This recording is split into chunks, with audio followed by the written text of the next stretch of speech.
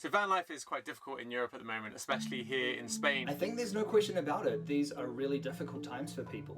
Storage is an option, so we can't stockpile or hoard.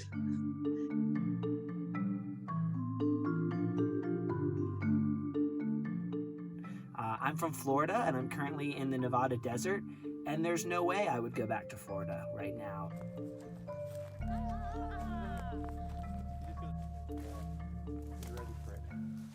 How's it going with the lockdown, guys? Lockdown was absolutely horrendous. I bought a few boxes of oatmeal. This is as much order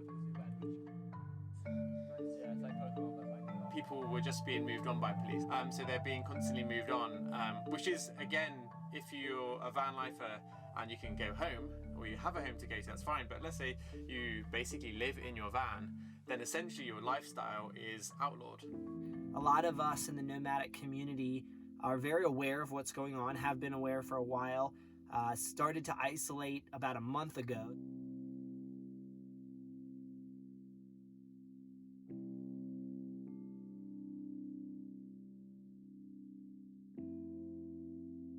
So before any of the regulations went into place, I was already out self-isolating, and I've been doing that for a while now because I think it's part of me doing my part for society.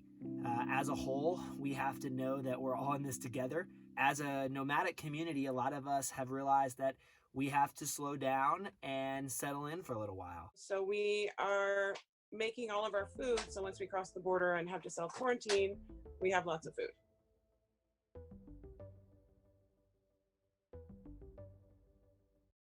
We do get a lot of people saying, oh my God, I can't believe you're doing it, it's my dream. I just don't think I would want to live any other way than RVing, because it's the freedom, and you live with less, and you realize you can live with less.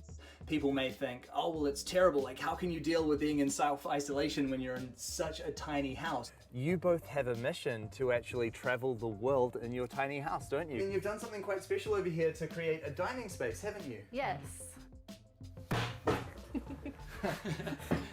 When it comes to people who are living alternative lifestyles, so be that in tiny houses or maybe van life, I think one of the trends that I've certainly noticed is that in general, people who live tiny have a much smaller cost of living as well. Quite often they don't have mortgage payments, they don't have a tremendous amount of debt over their heads, which means that the cost of living from a day-to-day basis is much more affordable. So that certainly adds a tremendous element of resilience when we're going through a struggle like this.